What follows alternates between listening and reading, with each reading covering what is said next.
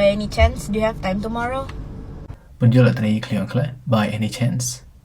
by any chance យើងអាចប្រើឃ្លាំងខ្លះមួយនេះនៅ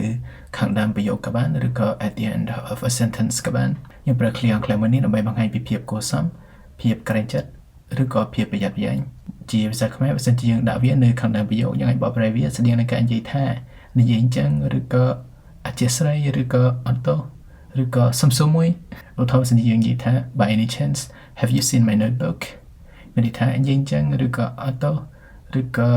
អធិស្ឋានតើអ្នកបានឃើញសភៅកត់ត្រារបស់ខ្ញុំឬក៏សភៅសេរីរបស់ខ្ញុំទេឧទាហរណ៍ទី2 by any chance do you know where the nearest bus stop is មានន័យថា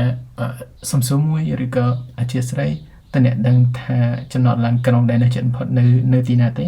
បើសិនជាយើងដាក់វានៅខាងចុងវិញវាអាចមានន័យស្តីនឹងការនិយាយថាដែលទេឬក៏ដែលអត់ប៉ុន្តែយើងអាចបកប្រែថាអធិស្ឋានដូចខាងលើក៏បាន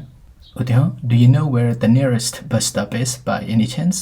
មានន័យថាតើអ្នកដឹងឬក៏ស្គាល់ចំណតឡានក្រុងដែលនៅជិតបំផុតថានៅទីណាដែរទៅ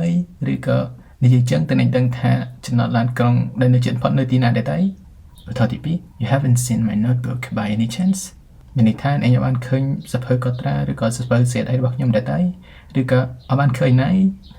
យើងប្រើវាដើម្បីបង្ហាញពីភាពគួរសមដែលយើងបកប្រែបែបណាក៏បានដើម្បីមានន័យស្តីងនឹងអ្វីដែលខ្ញុំបានរៀបរាប់មិញអញ្ចឹង